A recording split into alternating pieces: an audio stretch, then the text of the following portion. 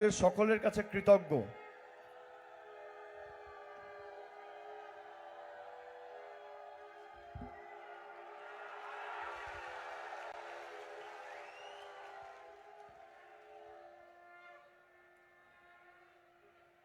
আমি আপনাদের কাছে কৃতজ্ঞ, আপনারা যেভাবে আজকে আপন করে নিয়েছেন আমাদের সকলকে, এবং যে কৃতজ্ঞতার ঋণে আপনারা আমাদের আবদ্ধ করেছেন।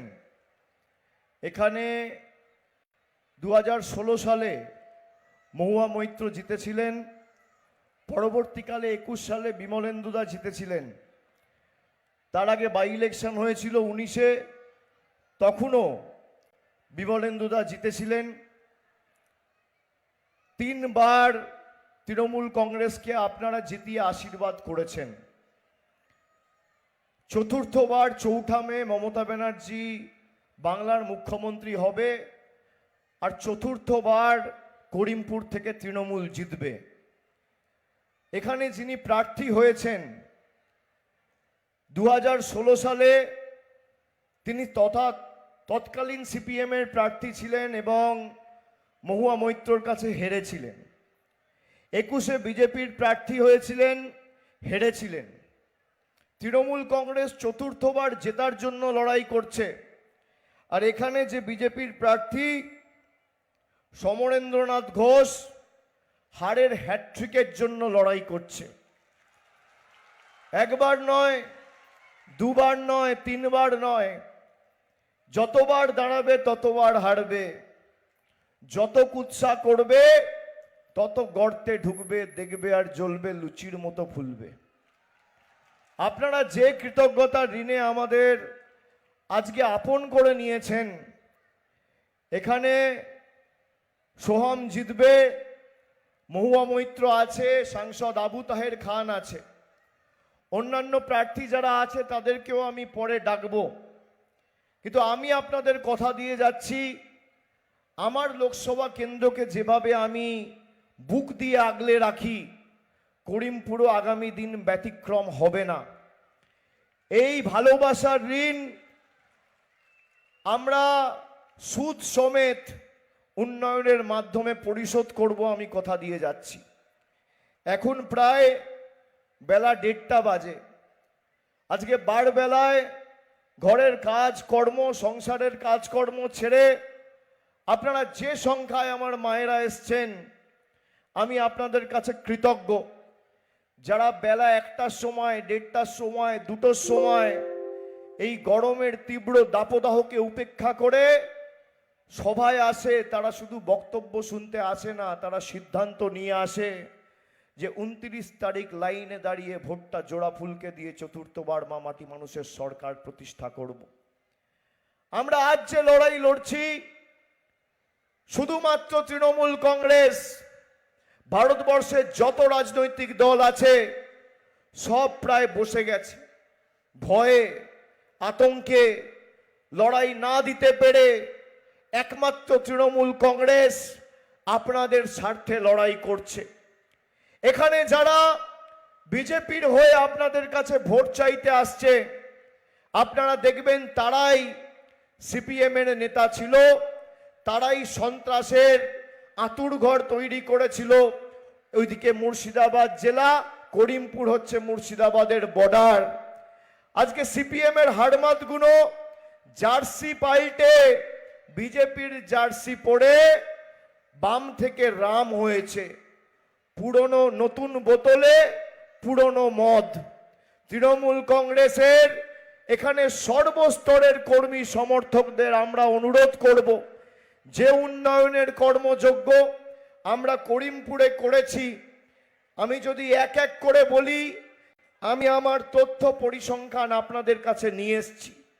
করিমপুরে 1 নম্বর ব্লকে 8টা অঞ্চল, করিমপুর 2 নম্বর ব্লকের 6টা অঞ্চল, এই 14টা অঞ্চল মিলে কত মায়েরা লক্ষ্মীর ভাণ্ডার পাচ্ছেন, কতজন বাংলার বাড়ি পেয়েছেন, কতজন কৃষক বন্ধুতে সাহায্য পেয়েছেন, কতজন কন্যাশ্রী পেয়েছেন, কত কিলোমিটার গ্রামীণ রাস্তা হয়েছে, তার পুঙ্খানুপুঙ্খ হিসেব আমি নিয়ে এসেছি। আমি চ্যালেঞ্জ করব 10 বছরের বেশি, প্রায় 12 বছর নরেন্দ্র মোদী সরকার ক্ষমতায়, সমরেন্দ্রনাথ ঘোষ বিজেপির রিপোর্ট কার্ডটা নিয়ে আসুক। করিমপুর হোক, পলাশিপাড়া হোক, নাকাশিপাড়া হোক, তেহট্ট হোক, কৃষ্ণনগর হোক, কালীগঞ্জ হোক, কৃষ্ণগঞ্জ হোক, রানাঘাট হোক, আপনি মাঠ বাছুন, মঞ্চ বাঁধুন, সময় ঠিক করুন। একদিকে মোদির রিপোর্ট কার্ড আপনি নিয়ে আসবেন, আর একদিকে মমতা ব্যানার্জির রিপোর্ট কার্ড আমি নিয়ে যাব। তথ্য পরিসংখ্যানকে সামনে রেখে লড়াই করার সৎসাহস দেখান। যদি আপনার হিম্মত থাকে, 12 বছরে আপনার মোদি কি করেছে আর 15 বছরে দিদি কি করেছে, যদি লেজে গোবরে করে ভোকাট্টা করে মাঠের বাইরে না বার করতে পারি, আমার নাম অভিষেক বন্দ্যোপাধ্যায় নয়। আমার চ্যালেঞ্জ, এখানে করিমপুরে এক সময় এই সীমান্তবর্তী করিমপুরের গ্রামীণ হাসপাতালের চিকিৎসার জন্য সাধারণ মানুষের অভিযোগের শেষ ছিল না। সিজারের কোনো ব্যবস্থা ছিল না। প্রতিদিন গড়ে 4 থেকে 5 জন প্রসূতি মায়েদের রেফার করে দেওয়া হতো কৃষ্ণনগর সদর হাসপাতালে। তৃণমূল আমলে করিমপুর হাসপাতালের সার্বিক পরিকাঠামো উন্নয়ন এবং আধুনিকীকরণ হয়েছে। 30 শয্যা সংখ্যা বিশিষ্ট নতুন ভবন তৈরি হওয়ার পাশাপাশি স্পেশাল কেয়ার ইউনিট, আধুনিক ডেন্টাল কেয়ার ইউনিট এবং সর্বোপরি প্রসূতিদের জন্য সিজারের ব্যবস্থা এখানে চালু করা হয়েছে। রাজ্য সরকারের তরফ থেকে করিমপুর অডিটোরিয়াম নির্মাণ করার জন্য ইতিমধ্যে 7 কোটি টাকা বরাদ্দ করা হয়েছে। 17 কোটি টাকা ব্যয় করে সদ্ভাব মণ্ডপ ও লালন মঞ্চ তৈরি হয়েছে। দীর্ঘদিনের যানজটের সমস্যার জন্য 9 কোটি টাকা খরচ করে করিমপুরে স্থায়ী বাস স্ট্যান্ড তৈরি করে দেওয়া হয়েছে। এখানে ITI কলেজ হয়েছে। করিমপুর 1 নম্বর ব্লকে কর্মতীর্থ হয়েছে। রেগুলেটেড মার্কেটের উন্নয়ন হয়েছে। করিমপুর মেঘনা পার্কের আধুনিকীকরণ হয়েছে। আমি তো আমার তথ্য দিলাম, এবার আপনারা কজন লক্ষ্মীর ভান্ডার পান, করিমপুরে কজন বাড়ি পেয়েছে তার তথ্যও আমি দেব। করিমপুর বিধানসভায় বাংলা আবাস যোজনায় গত 2 বছরে 10,000-এর বেশি মানুষ বাংলায় বাড়ি পেয়েছেন কেন্দ্র সরকারের কোনো সাহায্য সহযোগিতা ছাড়া। এই করিমপুর বিধানসভায় প্রায় 84,800 জন মায়েরা লক্ষ্মীর ভান্ডার পাচ্ছেন প্রতি মাসে। 84,000 মায়েরা লক্ষ্মীর ভান্ডার পাওয়া মানে প্রতি মাসে গড়ে 14 কোটি টাকা মমতা বন্দ্যোপাধ্যায় সরকার 84,000 মায়েদের অ্যাকাউন্টে 1500 টাকার, তপশিলি মায়েদের অ্যাকাউন্টে 1700 টাকা করে পাঠাচ্ছে। ভূভারতে কোথাও হয়নি। বিজেপি বলছে তারা ক্ষমতা এলে লক্ষ্মীর ভান্ডার চালু করবে। এখানে ক্যামেরা আছে, সংবাদ মাধ্যমের প্রতিনিধিরা আছে, আপনাদের হাতে মোবাইল ফোন আছে, আমার কথা রেকর্ড করুন। আমি চ্যালেঞ্জ দিয়ে যাচ্ছি, বাংলা ছেড়ে দিন। বিজেপি ক্ষমতায় রয়েছে আসামে, ত্রিপুরায়, দিল্লিতে, রাজস্থানে, উত্তরপ্রদেশ, মধ্যপ্রদেশ, ছত্তিশগড়, অরুণাচল প্রদেশ, গোয়া, গুজরাট, বিহার। একটা রাজ্যে মমতা বন্দ্যোপাধ্যায় যেভাবে পরিবারের সব মহিলাদের লক্ষ্মীর ভান্ডার দিয়েছে, যদি একটা রাজ্যে বিজেপির কোনো মুখ্যমন্ত্রী করে দেখাতে পারে, আমি রাজনীতি থেকে চিরতরে বিদায় নেব। তৃণমূলের হয়ে আপনাদের কাছে আবেদন নিবেদন করতে আসবো না। আমার চ্যালেঞ্জ, এখানে প্রায় 62 কোটি টাকা খরচ করে গত 2 বছরে পথশ্রী 2, পথশ্রী 3-এ 149টি রাস্তার নির্মাণ এবং সংস্কার করা হয়েছে। কে করেছে? আমাদের সরকার করেছে। যুবসাথী নিয়ে যারা ব্যঙ্গ বিদ্রুপ করছিলেন, ফেব্রুয়ারি মাসে বাজেটে ঘোষণা হয়েছে খালি করিমপুর থেকে 22,000 যুবক যুবতী যুব সাথীতে মার্চ মাসে 1500 টাকা করে পেয়ে গেছেন। এপ্রিলে আগামী 4-5 দিনের মধ্যে আবার ব্যাংক অ্যাকাউন্টে ঢুকে যাবে। যারা মমতা বন্দ্যোপাধ্যায়কে টন্টিটকিরি করছিলেন তারাও লাইনে দাঁড়িয়ে যুব সাথী নিয়েছেন। এটাই আমাদের সরকার। বৈচিত্র্যের মধ্যে একতা। এখানে অনেক সংখ্যালঘু বোনেরা, দিদিরা, মায়েরা এসছেন। আমার অনেক হিন্দু মায়েরা আছে যারা শঙ্খধ্বনি, উলুধ্বনি দিয়ে আমাদের বরণ করেছে। এটাই তো বাংলা, এটাই তো সম্প্রীতির বাংলা। নানা ভাষা, নানা মত, নানা পরিধান, বিবিধের মাঝে দেখো মিলন মহান।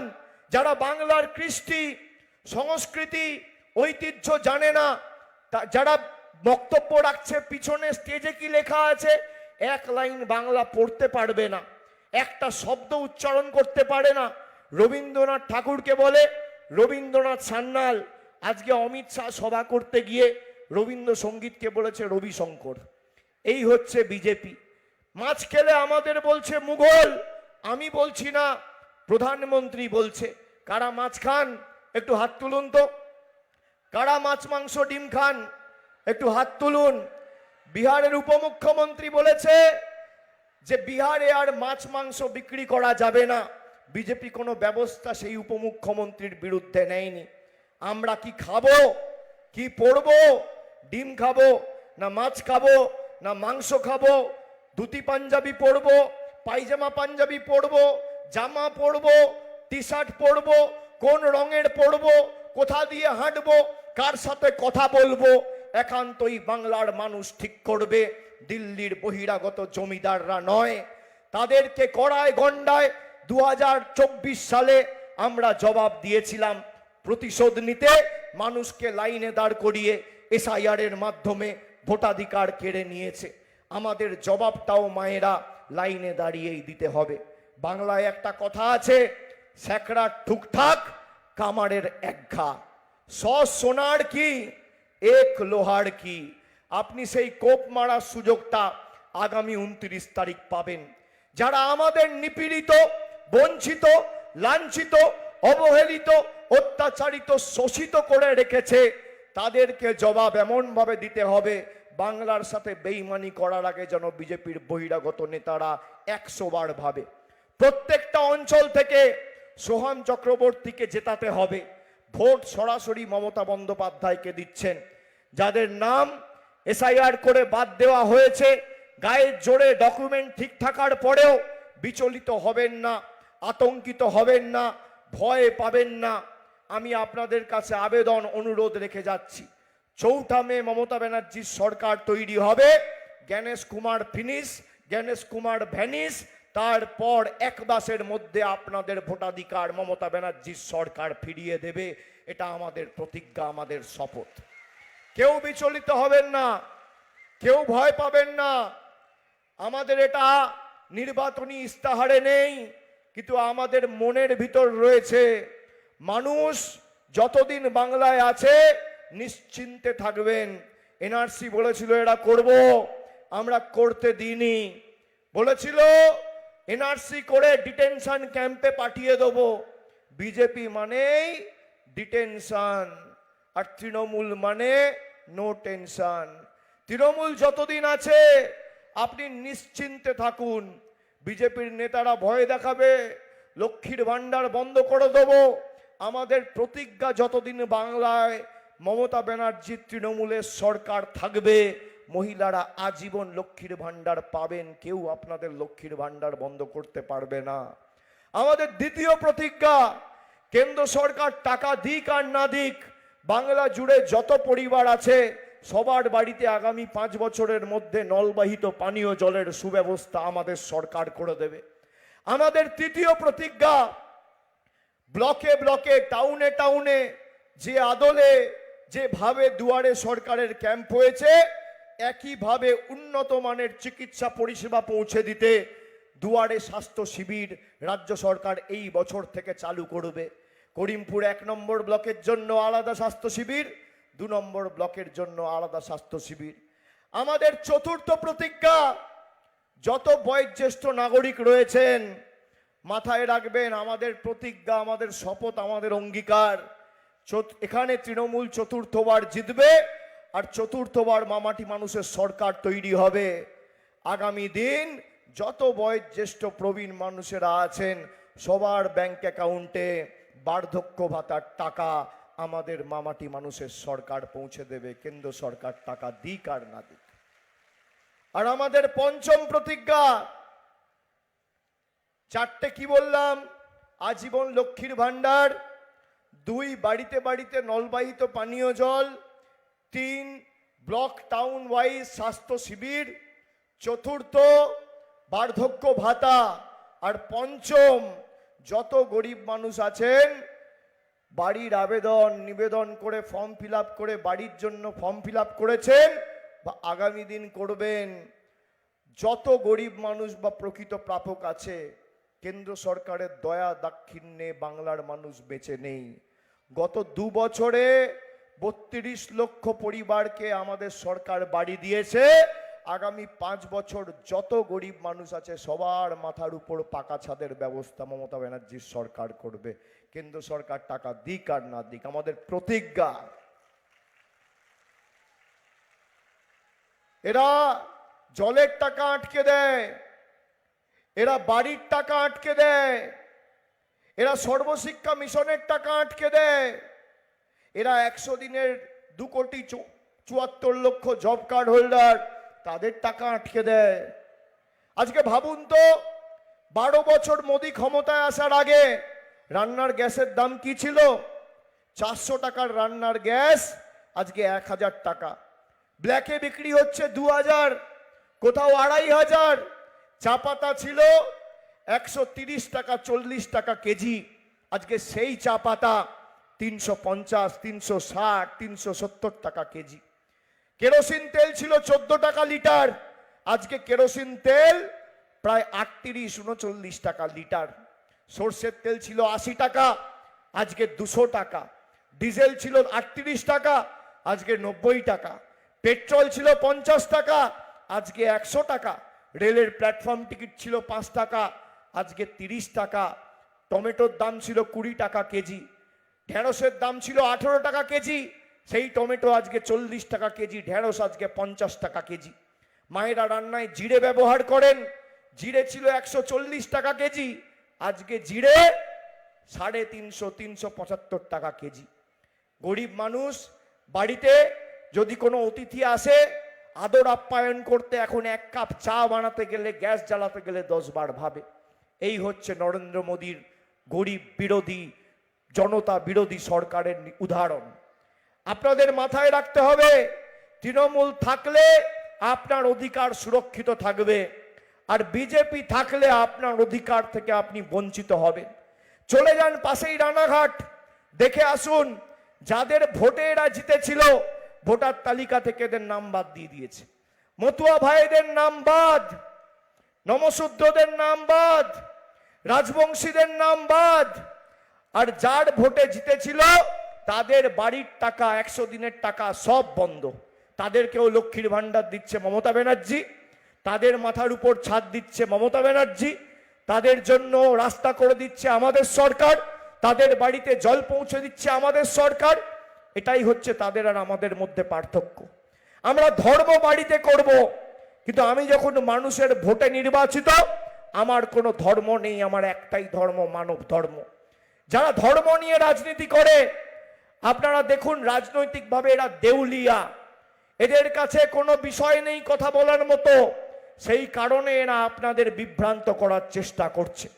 নরেন্দ্র মোদী, অমিত শাহ, বিজেপির সর্বভারতীয় সভাপতি রাজনাথ সিং, ধর্মেন্দ্র প্রধান, পীযূষ গোয়েল, তারপর ভূপেন্দ্র যাদব সব ডেলি প্যাসেঞ্জারি করে সকালে আসছে রাত্রে যাচ্ছে, আর সব রাষ্ট্র ব্যবস্থাকে কাজে লাগাচ্ছে একজন মহিলার বিরুদ্ধে। এটাই হচ্ছে বাংলার ক্ষমতা। আমাদের বিরুদ্ধে যুদ্ধ ঘোষণা করেছো বন্ধু। বাংলার মানুষকে তুমি যদি ভাবো আঘাত করবে, বাংলার মানুষ প্রত্যাঘাত করতে জানে। এটা ইউপি, বিহার, গুজরাট নয়। যদি আপনি ভাবেন আমাদের টাকা বন্ধ করে আমাদের শাস্তি দেবেন, বাংলার মানুষ আপনাদের আগামী দিন 4 তারিখ যখন ভোট বাক্স খুলবে শাস্তি কি বাংলার মানুষ আপনাদের শেখাবে।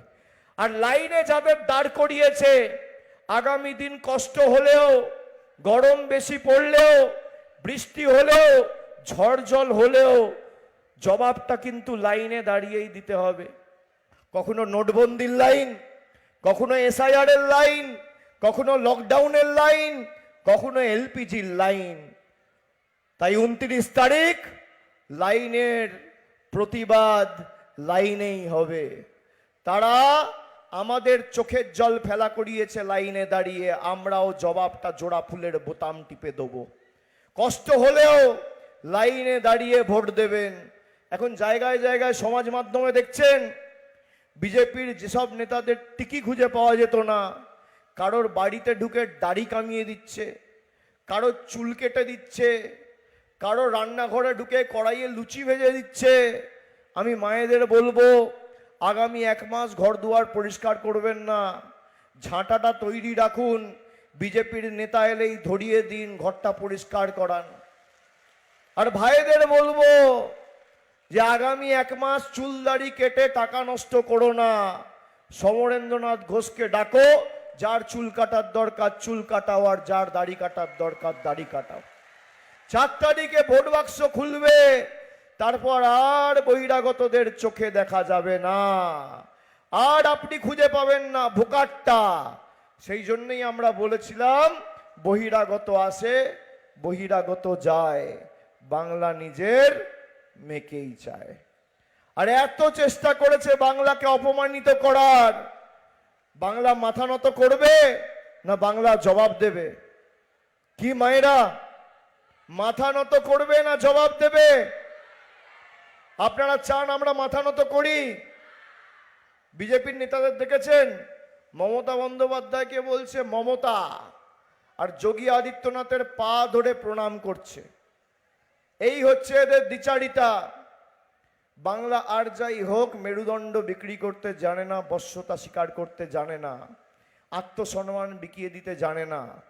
আমাদের শরীরের শেষ রক্তবিন্দু পর্যন্ত আন্দোলন কি সংগ্রাম কি মমতা বন্দ্যোপাধ্যায়ের দল তৃণমূল কংগ্রেস বুঝিয়ে দেবে। আমার আপনার সবার প্রার্থী সোহাম চক্রবর্তীকে আগামী 29 তারিখ দ্বিতীয় দফা এবং শেষ দফার ভোটে ঘাসের উপর জোড়া ফুল চিহ্নে ভোট দিয়ে বিপুল বিপুল ভোটে জয়যুক্ত করতে হবে। সোহম আমার দীর্ঘদিনের সহকর্মী। 2014 সালে আমি যখন তৃণমূল যুব কংগ্রেসের সভাপতি হই, ও আমার রাজ্য কমিটির ভাইস প্রেসিডেন্ট ছিল। ও ছিল, হিরণ ছিল। হিরণ এখন বিয়ে করেছে, বাড়িতে 2টো বউ, সোহমের একটাই বউ। তাই যাদের আদর্শ আছে তারা তৃণমূল করে, যাদের আদর্শ নেই তারা বিজেপি করে। আমি অনুরোধ করব, আপনি দেখবেন আপনার বাড়িতে গিয়ে পাড়ায় গিয়ে কোনো ভদ্রলোক বিজেপি করে না। যত চোর ছ্যাচোর চিটিংবাজ 2 নম্বরই ভুইপোড় মাতাল মদ্যপ পাতাখোর বেঈমান সব বিজেপিতে। ভদ্রলোক বিজেপি করতে পারবে না। এখানে ক্রাইটেরিয়াই হচ্ছে খুন করতে হবে, দাঙ্গা করতে হবে, ধর্ষণ করতে হবে, মহিলাদের উপর অত্যাচার করতে হবে, মিথ্যে কথা বলতে হবে, তবে বিজেপিতে টিকিট পাবে। এখানে ভালো লোকেরা কোনোদিন বিজেপি করবে না। যদি বাংলাকে কেউ এতটুকু ভালোবাসে, হতেই পারে রাজনীতিতে অনেক দল থাকবে, গণতন্ত্রে প্রত্যেকটা দল গিয়ে নিজের কথা রাখবে, কিন্তু যদি কেউ বাংলাকে এতটুকু ভালোবাসে, প্রকৃত বাঙালি হয়, সে অন্য জায়গায় ভোট করবে, অন্য প্রার্থীকে ভোট করবে তৃণমূলকে পছন্দ না হলে। কিন্তু যার এতটুকু আত্মসম্মান বোধ আছে, গত 5 বছর বাঙালিদের উপর বিজেপি যে অত্যাচার করেছে, আর যাই হোক সে পদ্মফুলের বোতাম টিপতে পারবে না। এটা আমার দৃঢ় বিশ্বাস। আপনি ভাবুন, একটা মানুষ কত ছোট হলে, 85 বছরের একটা গরিব মানুষ স্ট্রেচারে করে এসআইআর হিয়ারিং এ আসছে, কাগজপত্র জমা দিচ্ছে, তারপর তার নাম বাদ।